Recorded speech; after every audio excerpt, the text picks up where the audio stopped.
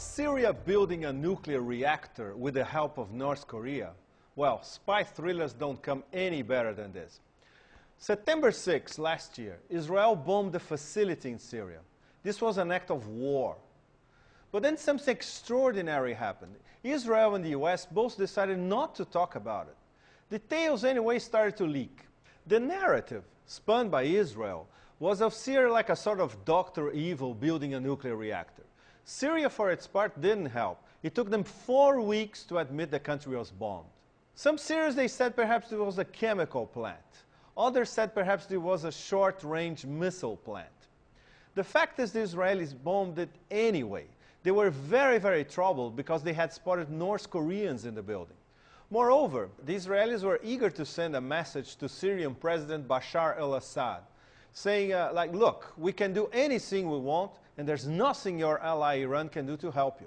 Once again, just like in the build-up towards the war in Iraq, when it bought the myth of Saddam's weapons of mass destruction, mainstream corporate media was totally manipulated. Already last fall, independent journalist Laura Rosen had spoken with Joseph Cirincione, director of nuclear policy at the Center for American Progress. Cirincione confirmed this was not a nuclear site. It was an underground arms depot for long and medium-range missiles bought by Syria from Iran and North Korea. But for months, US intelligence even refused to confirm the bombing ever happened. Now, 7 months after the fact, the US seems to have proof that Syria was building a nuclear reactor. Was it really?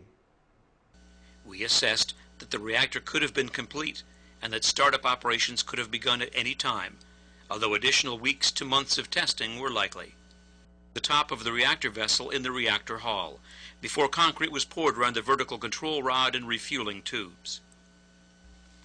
Note the similar arrangement of vertical tube openings in the top of the Syrian reactor on the left and North Korea's Yongbyon plutonium production reactor on the right. The White House said that Syria must come clean over this. But look at the Syrian reaction. These pictures are prefabricated, they are false, and they are futile. Just look at them and you would see that this so-called building, which was, according to these rumors and allegations, predestined to be a nuclear reactor. The Syrian ambassador went much further, naming the only nuclear power in the Middle East. Syria has joined the NPT and puts all its facilities under the safeguard agreements of the IAEA. Only exception in the area is Israel. Israel has 8 nuclear reactors on a piece of land not exceeding the size of 15,000 square kilometers. Israel has between 200 and 300 nuclear warheads. Israel is benefiting from the whole Western experience and help and assistance with this regard. So what does the International Atomic Energy Agency, the IAEA, think of all this? Mohammed El-Baradei, the IAEA chief, at first was trying to dodge the question. That Syria has built a nuclear reactor with the help of North Korea. I'm not getting into this right now. Yes. No questions? No questions. No, he comes to see Sarajevo, and this is quite different. I haven't seen the news yet. But when he saw the news, El-Baradei criticized the US for withholding intelligence, showing the construction of this supposedly nuclear reactor in Syria. And he also criticized Israel for bombing it before IAEA inspectors even had a chance to look at it.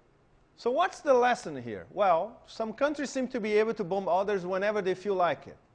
It's still unclear what was really bombed in Syria.